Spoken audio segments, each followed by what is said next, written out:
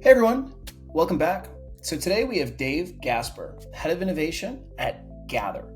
Gather would call themselves your independent partner, specifically a collective of independent practitioners specializing in consulting and creative implementation. I know it sounds kind of buzzwordy, but what you're going to see, and it's following the trend of the last couple episodes, is that people like Dave, companies like Gather, are really creating revolutionary and disruptive business models using a flexible workforce.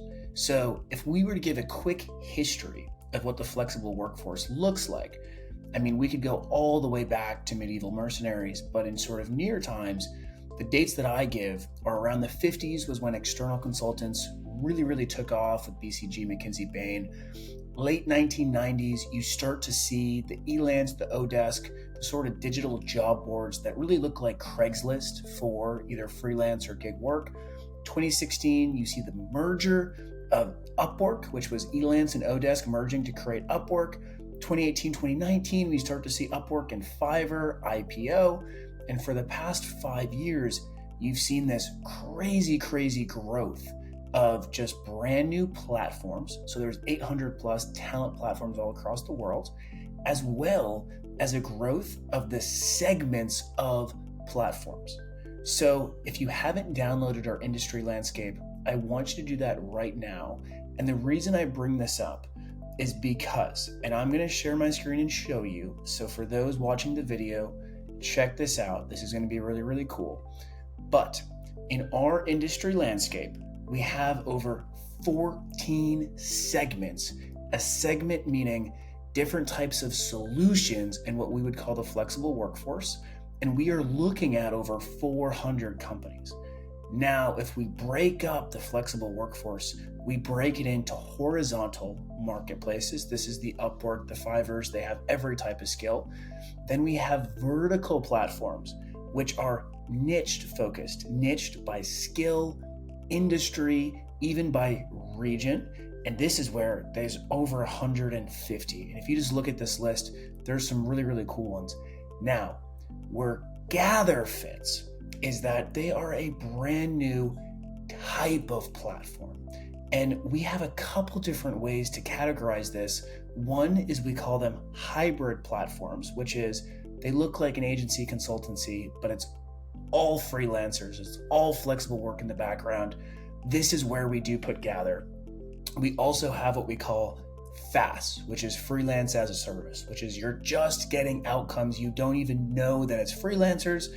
And then we have all freelance industries, and Gather are all freelance agencies. Gather is in between. So I'm going to stop screen sharing real quick. But now let me tell you about Gather. So they have a fully independent network. They would not call them freelancers. And in this episode, we're really going to get deep into what they call them. Next, they've really taken a stance on the science behind team creation as well as project creation. So they have what they're calling a double opt-in, which simply means that both the client and the individuals have to opt in. Now, we have a great episode coming out with Steve Rader, NASA's freelance leader, and he mentions this quote from, I think it was from something about Mark Twain, but basically the quote of the book was, if I want to do it, it's a hobby. If I have to do it, it's work. And what you're seeing in these flexible workforce models is literally that the individuals are choosing.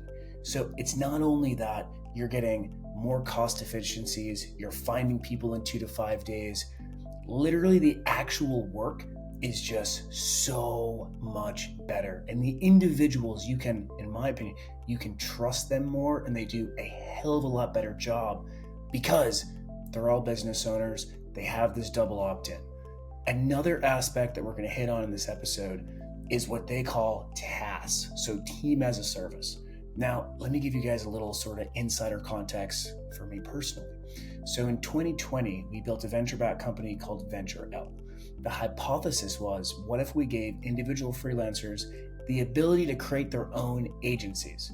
And this turned into, the reason for this was we were seeing freelancers team up and create their own agencies. Now, we built the software behind it. We spent 2 years. If we had a team, I mean, this would have been over $1 million of building the software. And all I can say is it was insanely tough. And there's a company called Wethos that does it way, way better. But Gather has used that in their delivery model. So they're able to have a team as a service. Now, this concept is not new. There's probably over 25 platforms that can do this. It's just, do they have the client relationships to be able to do this? Because it's not necessarily the team that's the hook, but it's the team that does enable platforms like Gather to expand and win really, really big work and execute really, really big work. So I know I talked a lot, but what I really want you to take away from this episode and the last couple and even the next few is that we're not just talking about staffing. We're not just talking about talent acquisition and HR. We're talking about revolutionary new business models to get work done. Whether that is you hiring these platforms like Gather, or that is you, the entrepreneur and founder, building these revolutionary platforms. So I can't wait to see what you think. Most importantly, get out there and go drive some change. All right, Dave, thank you for hopping on, my friend. I'm making you use a browser that I'm not going to mention, but for you listeners out there, Dave's had to go through some extra work, and let's just say it's basically like making him go through a VDI, pretty painful experience. And so thanks for doing that, just to talk to our listeners. Dave, before we get rolling and I give any context, you describe you and yourself and a little bit of your journey of how you got here, just a little bit. And because I think before I say anything, you're the smarter one here. So let's get you rolling first. Well, we'll find out about that. But Matt, I appreciate you having me on, and hello to the Human Cloud listeners. I'm very excited to be in your ears for a little bit here today. So thank you for all that. We can start with intros. That's always probably a good place to jump in. So for those who can't see it on the screen somewhere, my name's Dave Gaspar. I am partner and head of innovation at Gather. Gather is a collective of independent practitioners, and we specialize in consulting and creative implementation. So that's what we do. I also lead our sports and sponsorship practice here at Gather, and I oversee some of the global client relationships, including IBM, AWS, AMD, and some other acronyms Fortune 500 clients. So that's a little bit about me. Can we start with, I got a question for you, Dave. How come, you mentioned the sports, right? How come there's not a picture of Mike Tyson's ass behind you right now? That's on a different wall. And you've only asked me to show you one of the four walls here. So we don't need to break that fourth wall just at the moment. We've got some, Eli Manning signed stuff this way. We've got some other things in the background. So I'll leave that up to your listeners to decode, and the viewers, for those who are on video here, to check out what's going on behind me. And see if they can get any glimpses of any other washed up guys. Although I would not step in the ring with him, washed up as he is. So listen, for you listeners out there, I'm going to give you a little bit of how I would talk about you, Dave. And I think it's going to set the scene for our first direction. So listen, six years ago, if you were to say, what does the future of work look like? I would say the same thing that I'm going to say today. And I would have expected that we would have been a lot further along in a lot of the themes we're going to talk about today. But with that said, you, Dave, the way I talk about you is you've been living this future for 5+ years. You just haven't necessarily screamed as loud as the influencers. And so that's how I'm going to sort of frame you. And for all you listeners out there, if you're thinking about, how do I hire my first freelancer? This is not the right discussion. We're talking about how to enable the future of work at scale. And the future of work, not just freelancers, not just independent. We're talking purely about innovation and how to really drive business value. So with that said, Dave, there's two directions we can go. The first direction is, how in the world did you get here? And it's funny, I usually don't go this direction, but for you, I think it'd be really, really helpful. And then the second direction is, what the hell is here? Meaning, what the hell is this space? All the terms we use, how do you use them? But so I'm going to recommend you go with the how you got here, but you take your pick. Sure. Well, you've given me absolutely all different ways to get here, so this is going to be fun. So how do we get together? It's been an interesting ride. We're now about 15 years into the Gather experiment, and I still think very much we are experimenting, which is really important. So my last corporate job was at GE, and I was helping them build and buy companies there. And our founder Justin Tobin had also had a corporate job. He was running innovation over at Amex, and we'd sort of met around those times. And I think what was interesting for both of us was we were in these positions of innovation inside of really large companies. We were change makers, but we had the same legacy resources that we had always been, sort of available to people like us. And therefore we had to change, right? And we had to look out there and find different people to be helpful to us for our different needs. And I think what we found was that there was sort of this small cadre of people, these really trusted advisors that people in our types of positions used. They tended to be independent. They tend to have either come out of big agencies or had never been there. Or they come out of big agencies, whatever, consultancies. But you sort of protected them, right? You as a business unit leader, as a general manager, as a head of a practice in a big corporation, you sort of held on to those individuals and didn't really want to share them. But when you needed somebody new, you needed a skill, an SME that you didn't necessarily have, you went back out to that same network of independents to ask them. Now, when Justin and I first met up, we said, this is a really interesting thing that's being used right now, but there's got to be a way to scale it. And frankly, that's what we've been trying to do for the last 15 years, is sort of scale that access to independence. And we can get into this if you'd like, but that's a term that we prefer, independence versus others that are out there in the market. So I'm so glad you went that direction. So, because for you listeners out there, I'm going to kind of tease, by the way, Dave, just some of the stuff that I do know about you so that you listeners kind of give you an end first. So one of the quick things is, from what we talked about, and correct me if I'm wrong, Dave, but Sure. your average client tenure is around 5 years, right? So this is also not like a quick in and out.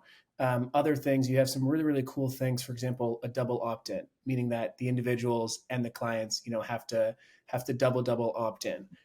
Also, you've been nurturing and investing in this network for a long time. So this is not a new freelancer every day. The people that are working on your platform or company, whatever we want to call them, they've stayed. So now, with that said, I want to make sure I bring back and summarize. So you both came from innovation departments in these Fortune 500s, GE and Amex, which I think Amex always gets looked at as a true innovator, right? So Amex and Capital One, at least I've always assumed they're really, really innovating.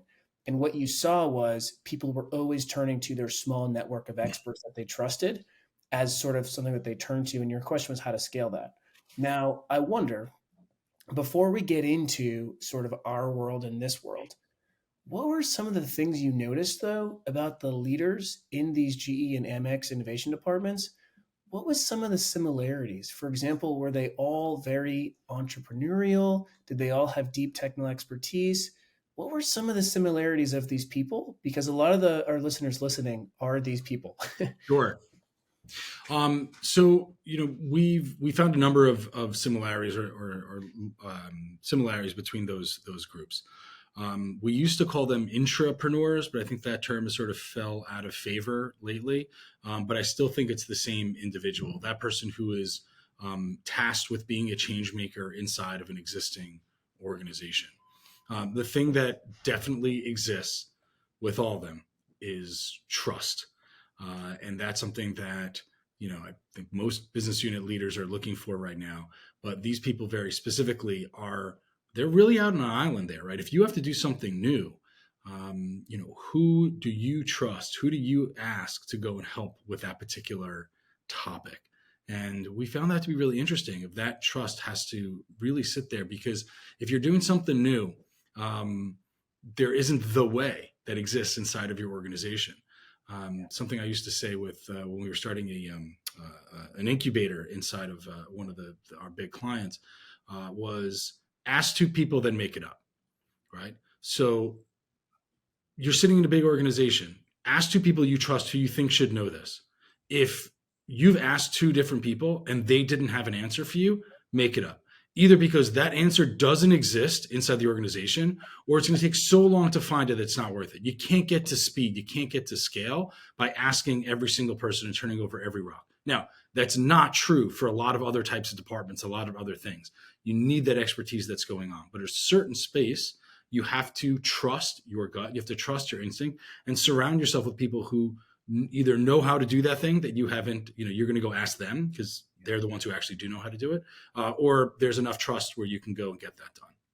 I love that. And I have one more follow-up question. And I know I think this is crucial because you, Dave, have such a different perspective in that you're not just selling whatever the solution is. And what I mean by that is a lot of staffing or contingent talent providers, their biggest problem is that they're good at selling you the staffing or whatever it is services, but they can't educate with you. They can't jam with you. They can't actually drive your department forward. So you have that. So that's why I'm kind of grilling into you. Now, the follow-up question is, okay, so the individuals that do really well, they have the trust, they're able to build these trusted networks. Now, going from a small incubator pilot within these companies to then starting to branch across the company or getting the company to invest in it, do you see 1 to 3 things that always happen? For example, is it always a traction number? Is it always like what have you seen sort of be a similarity of what projects end up getting out of the door and out of the building? Yeah, so I think there's a couple different ways to take that. Again, I come back to trust. So we tend not to be coming in through a procurement department. We tend not to be coming in through specific RFP. We tend to be a trusted partner of someone relatively senior in the company, either because they just came in or we've been recommended to them by somebody else. That's where we've done our best work. And it's for us not about getting to scale inside of an organization. That's not my goal. Right? We want to work with the people that we want to work with, and we want to bring the right people in that we want to work with who want to work with them. This is part of that double opt-in that you had mentioned before. So I'll just take a step back on that and sort of explain it. So what does double opt-in mean? Obviously, a client has to choose you, right? You being the organization, and then you specifically, you, the individual, to do the work. But more importantly, on our side, that's where the double part of the double opt-in comes in. The individuals are raising their hand and say, I want to work on this problem, and I want to work on this problem with that person for this logo. And at first, we actually didn't really speak to how we were organized with our clients.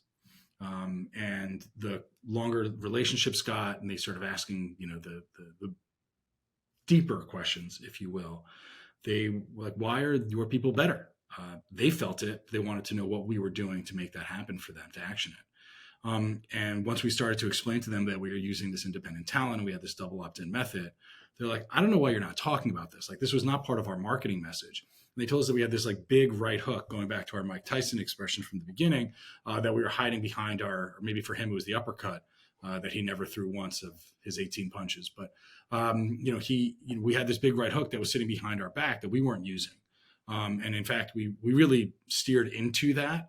So much so rebranding a number of years ago from what we originally were called the Discover Digital Group to Gather, really telling people what's in the box, right? We are coming to gather to help our clients.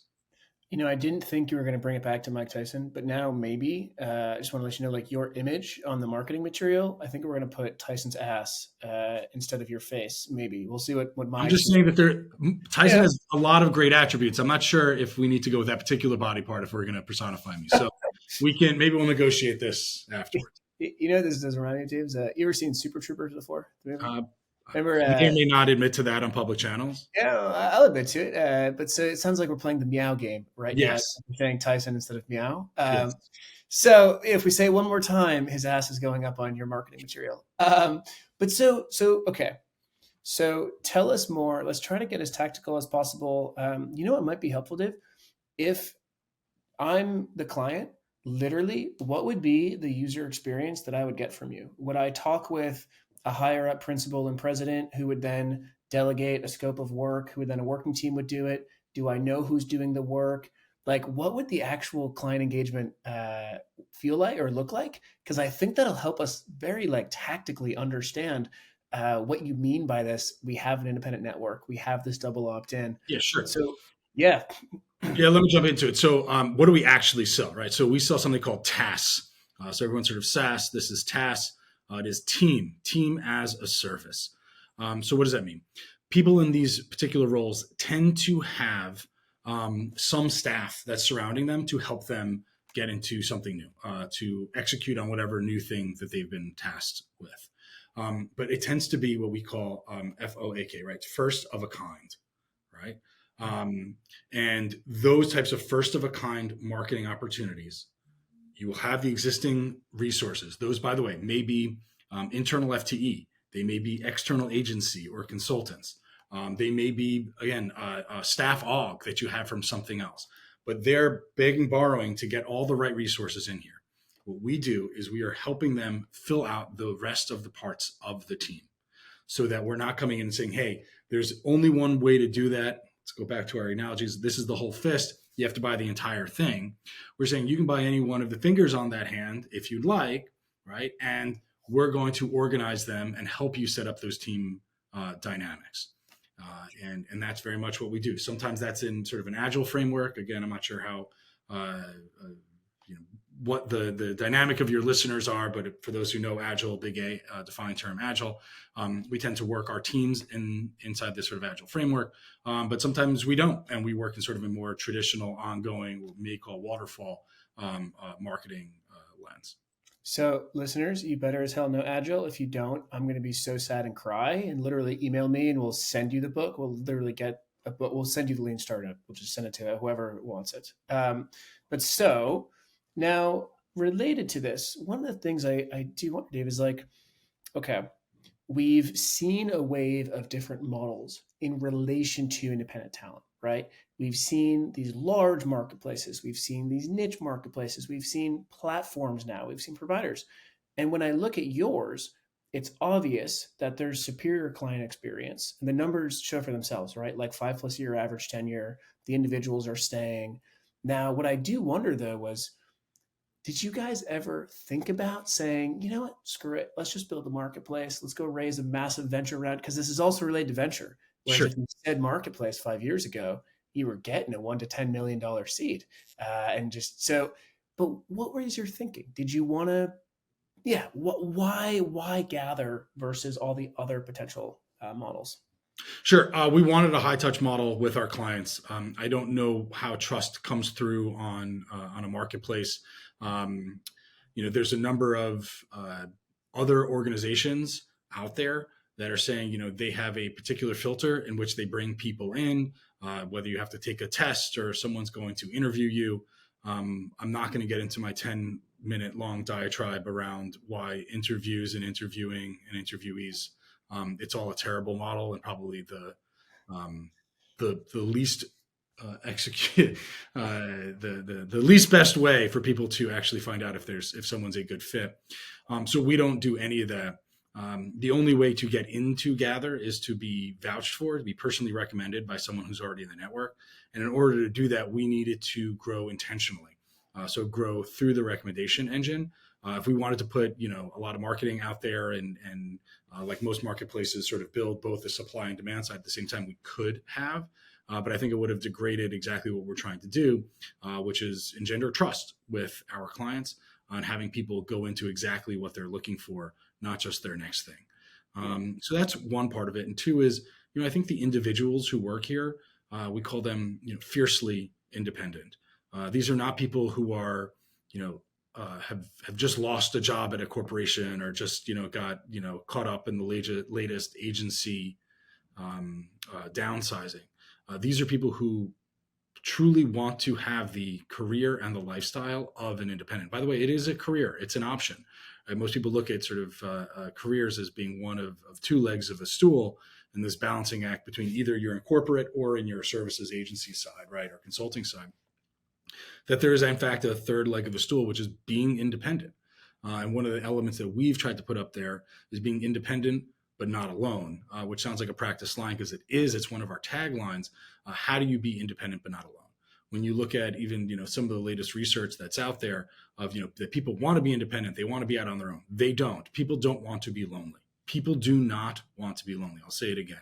They want, a colleague as a service. They want to be part of a bigger thing. And they want to be part of what we've seen is they want to be part of this trusted network, so that they can work with people that they like, that they can team up together and continue to create those, not just for one client, but continue to resell that and sort of reskin it for the next one that comes along. Yeah, so when you mentioned the high touch, I actually think it's perfect timing. So as we're filming this, if you look at the larger platforms, they're not doing too good. Meaning, if you look at their stock price, and if you look at Upwork just had a 21% layoff, Engine, one of their investors wrote a pretty scathing letter. And the overwhelming sort of insight, though, is that you're not retaining your large customers. And if you look at why, it's usually a fundamental flaw of how to be structured, right? And if you look at staffing versus a consultancy, like staffing versus Bain and McKinsey, two totally different models. And I would argue you are more like Bain and McKinsey, meaning you have deep, deep, deep trust. And the big difference is you have deep trust on the individual and the client level. So I want to make sure I call out that, hey, as an industry, what I would call sort of, future of work or freelance 1.0, starting to get their ass kicked in the US, and you were never structured that way. Yeah. Now, I'm not sure I love the company you've just put me in, but we can have that conversation either now or later. However, what I will say, I think it's been really important to us, right? That we think of sort of work on this 2x2 axis, which is a spectrum of sort of thinking to doing, right? And, sort of a left brain versus right brain. So, right, you have, the MBAs versus the MFAs, right? And if you think of sort of that top left quadrant, if you will, you've got, the McKinsey's, Bain, Booz, Deloitte's up there who are doing unbelievably, business-oriented thinking. They're helping you think about what those elements are. They're not really helping you do that. That's not traditionally where their services have been. And then you think about the MFA and the doing side, right? So you have creative agencies out there who are doing an unbelievable job of creating work for you. They're doing very creative work, and there's an asset, there's a deliverable thing. This is the doing part. The problem with that is they tend not to know or be focused on, the P&L of your business, right? How are you actually growing that? And where Gather has sat in the middle is it's a hybrid of the thinking and the doing of people who are frankly both left and right brain. And if the individuals are not, the team as we structure the team as a service tend to have both left and right brain structures in there. We think we're in a great spot. It's where we want to be in the market. Frankly, from day one, we've been profitable because of the way that we've set ourselves up. Not to have, a bench of people or a number of full-time employees. When you have that, you have this albatross around your neck that every week, every month, every quarter, you need to be able to make that nut. In order to make it, you need to take on worse clients. If you have worse clients, then you're automatically going to need to have a B team who are going to service the clients that you don't absolutely love. You've heard me say this, Matt, we've talked about this before, that life's too short to work with shitty people. Get that one right. And, obviously we believe in that. I don't want to have a B team. I don't want to have B clients. And therefore we're really thoughtful about who we work with on both sides of that transaction. So I'm actually going to, I'm going to do something very, very MBA-like, because I couldn't agree more with your point. So this is on video, you know that. So listeners, if you look here at this quadrant, this is the thinkers, this is the doing.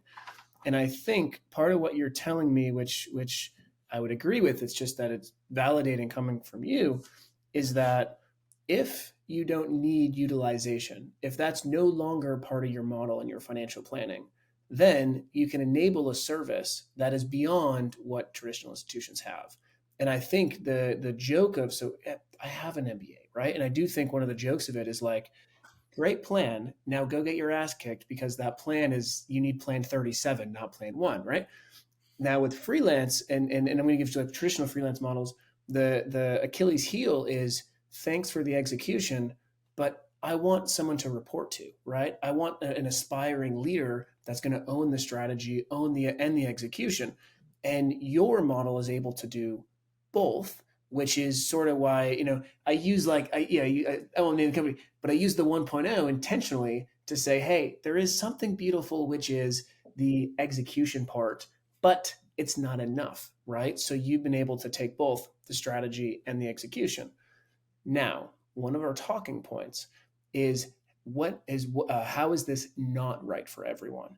And I think it's on twofold, right? It's the when is it not right to be an independent? When is it not right to go with an independent first strategy? I'm going to let you answer either one or both. You tell me which one you want to answer.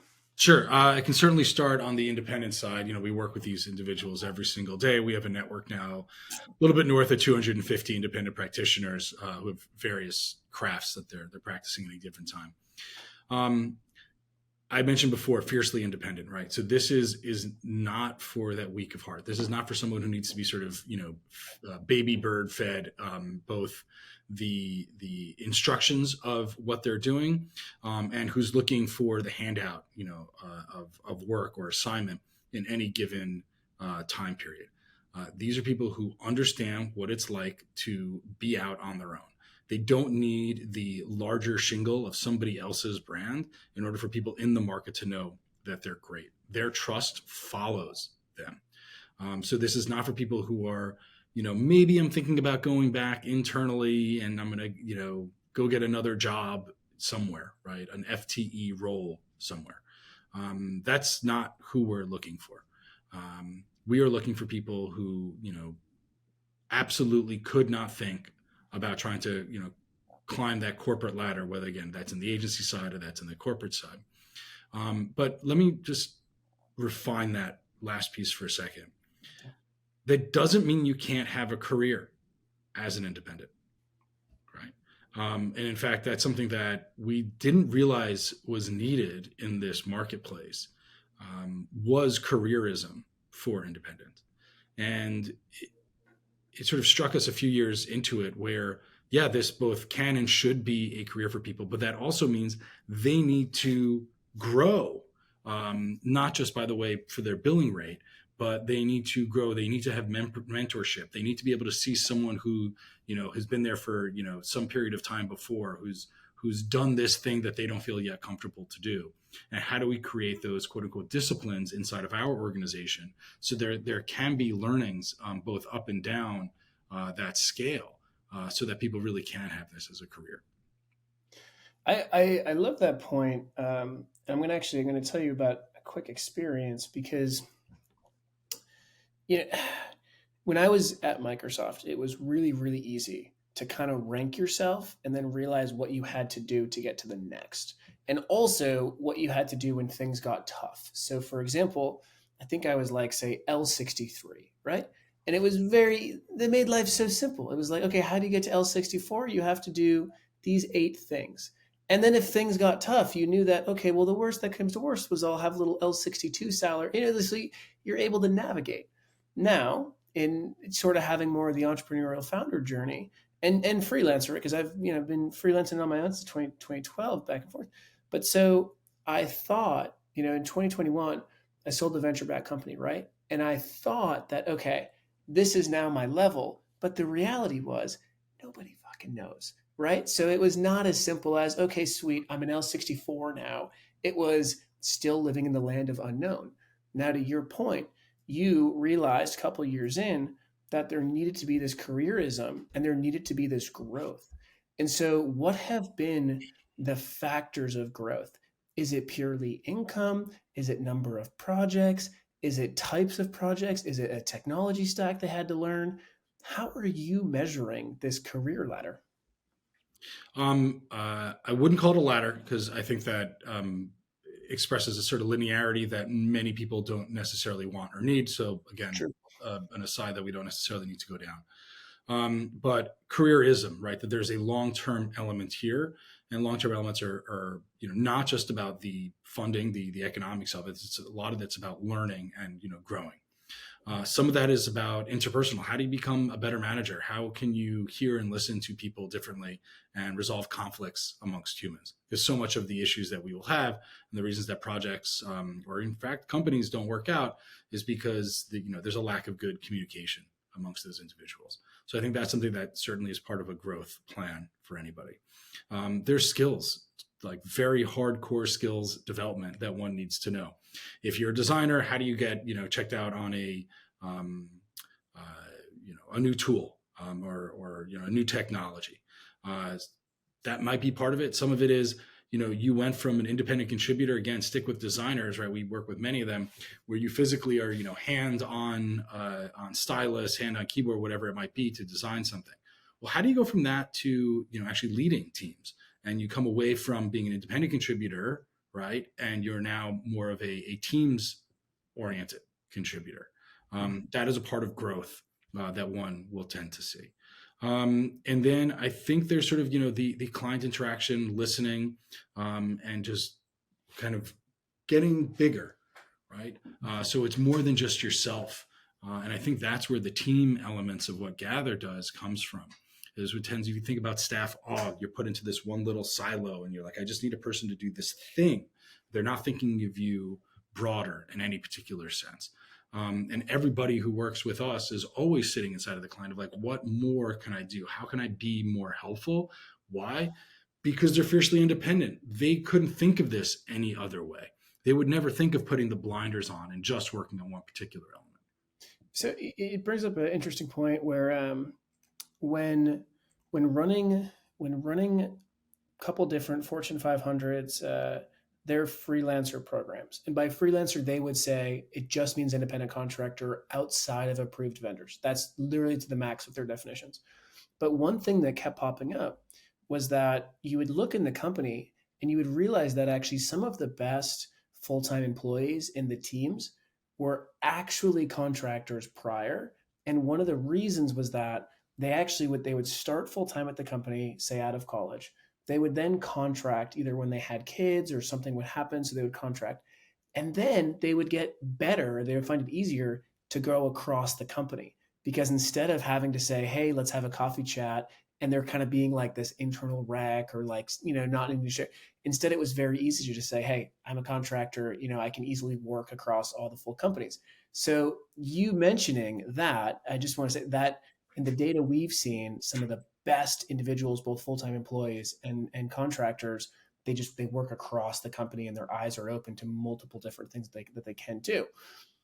Now, just to double down on that, so we've definitely seen that. It seems like you've got the data on it, and I think we've got more of the anecdotes. But in terms of the anecdotes, I think there's you. I'll go back to your Microsoft. What was it, L64, or you were aspiring L63 or L64? Yeah, you're aspiring L64. So what often happens inside large organizations is there's organizational gravity, right? And the L64 couldn't possibly talk to an L66 without speaking to an L65 first. God forbid you ever ran into an L70 in the elevator. You had to be mute because if someone heard that you talked to them without permission 5 steps up, you're going to get your hand slapped. Independents tend not to think that way. They're not bound by that same sort of gravitational force, that ladderism, if you will, that we spoke to in that career. And therefore, they feel like they can float to any level and have that conversation anywhere. Some of that sort of ignorance is bliss, so they don't know that they need to speak to the 65 before the 66 or the 67. Some of that's very intentional, that they've been there. They don't want to have to go and sort of speak to all those individuals. They know how to work inside of large organizations. I'll say I think that's one of my specialties specifically, is understanding how big organizations work and where the shortcuts are, and where people, the quick access elements, so that you don't have to, be in the slow lane hitting every single speed bump and every single approval. So yeah, I forgot about the whole like L64 and L65 and the L70, and it does bring up like one core memory. If he's listening, then you know who I'm talking about. But I needed some serious intel, right? And I was really, really young, so I was trying to make sure I could get some of this intel and just learn how the company operated. So I might have told one of the higher up leaders that I ran marathons. It was a total lie, right? I just knew that they did, so I said that I did too. And so the way that I got access to him and sort of being able to build rapport was he used to run to the office like 2 days a week. And by run to the office, it was like 15 to 20 miles. And so he was like, well, you can, meet at my house at 5 a.m. and we'll run to the office. And so that was what I had to do to just be able to have a one-on-one. I'm sure, for you independents listening, yeah, maybe you have to do that. But I wonder, Dave, so we got 2 directions, right? And I think part of like summarizing what we've talked about is it's obvious to the listener and to me and to you that there's a unique model that you have, in that it is this double opt-in, fiercely independent, you're getting the exact people who want to be there working on the exact challenges and brands they want to work on, right? So that's beautiful and Right special. person, right person, right opportunity, right timing. Right person, Absolutely. opportunity. Now, I have two potential directions for you. And one direction is on the client side, what should they give a shit about?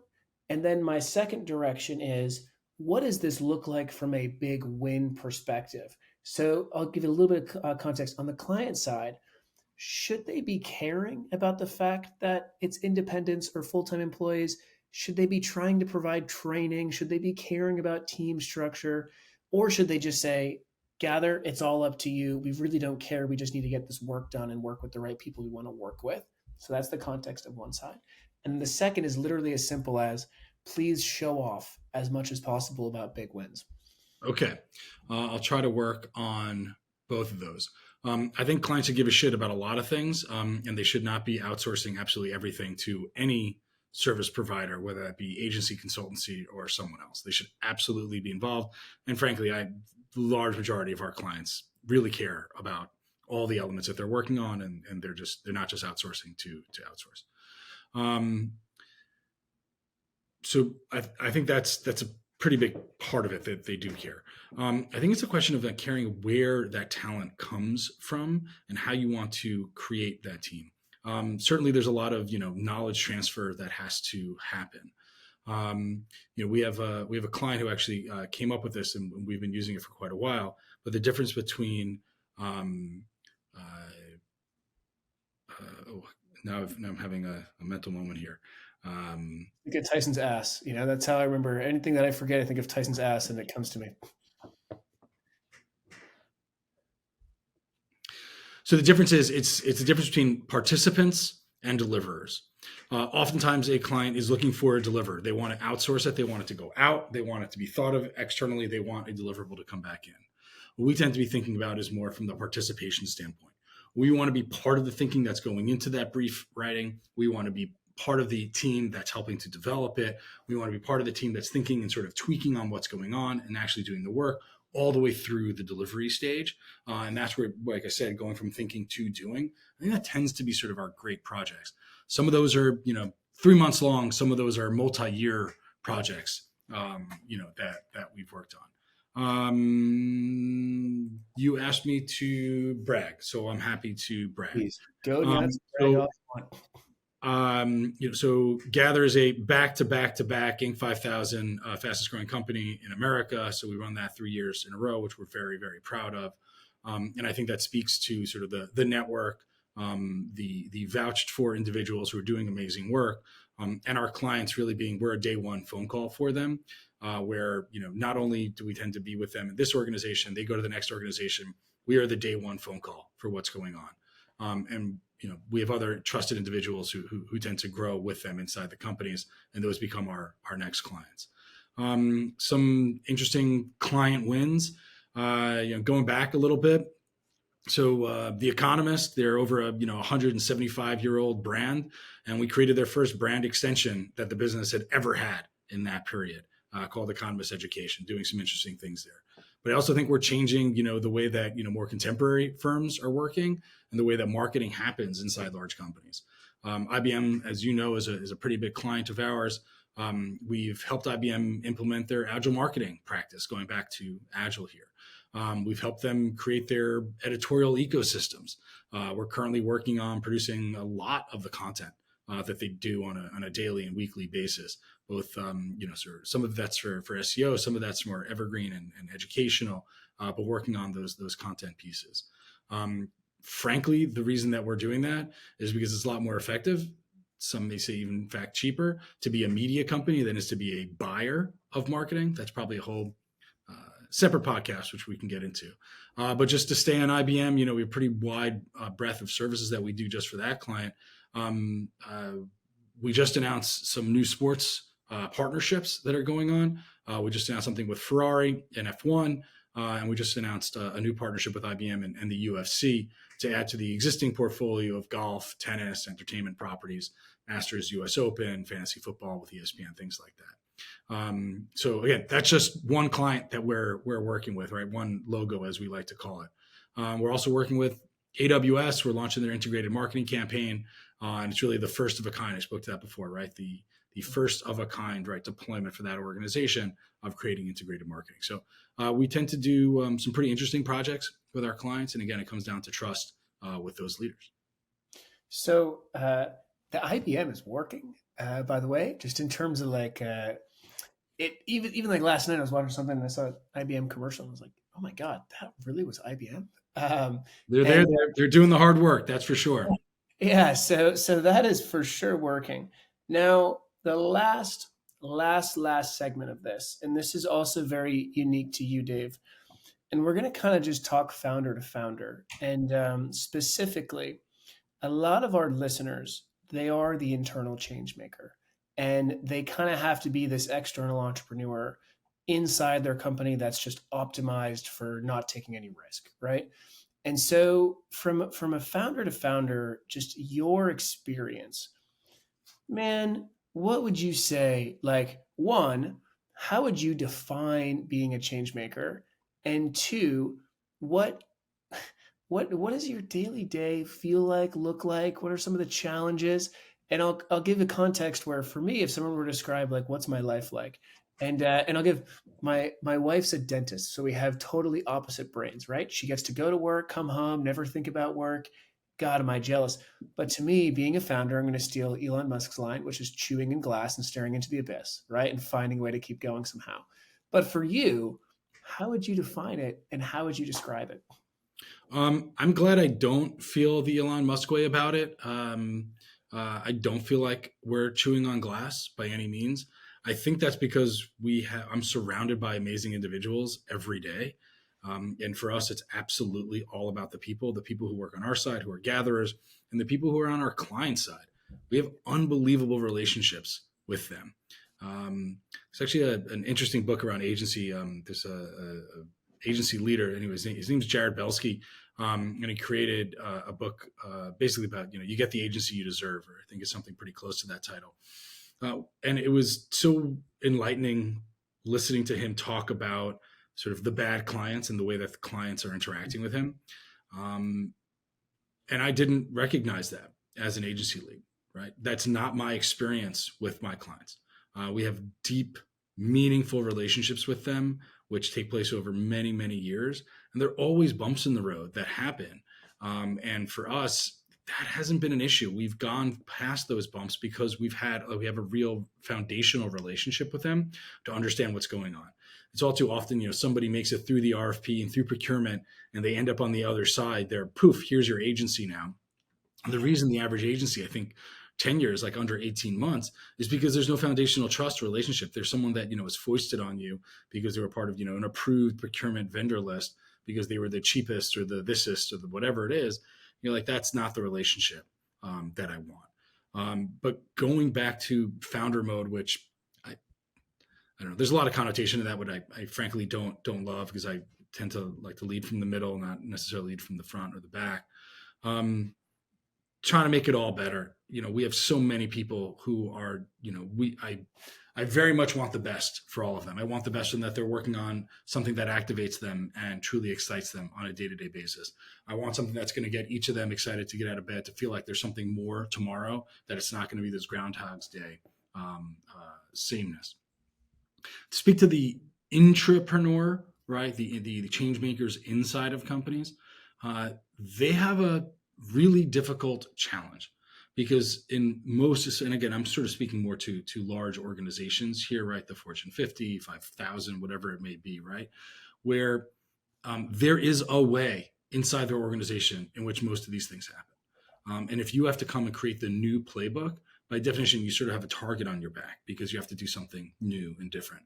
But the people who have found themselves there didn't find themselves there by accident. They were sort of rebel rousers in a different perspective. And someone saw them be like, yeah, you've got the right personality. You've got the right fit here who can push up against sort of the way that things typically are done. And those people tend to have a slightly different perspective of what needs to be done inside of an organization. So if you were, and I love the point of the relationships, I'll give one quick context. So when I was like 24 in San Francisco, I was living in a living room, and it's what you do in SF. but the excess money I had, I would use to hire freelancers. And so it was like, $1,000 a month I would get. And that's what ended up turning into, the book, was because I had an AI expert that I could hire as a freelancer. So for me, like, that's where it came from. Then when I got into Microsoft and they were like, hey, unlimited budget to hire freelancers, it felt so easy because literally I could just lean on my network of experts. So I had like a 30, freelancer just network. And it was like, oh, SharePoint question. Okay, go to this person.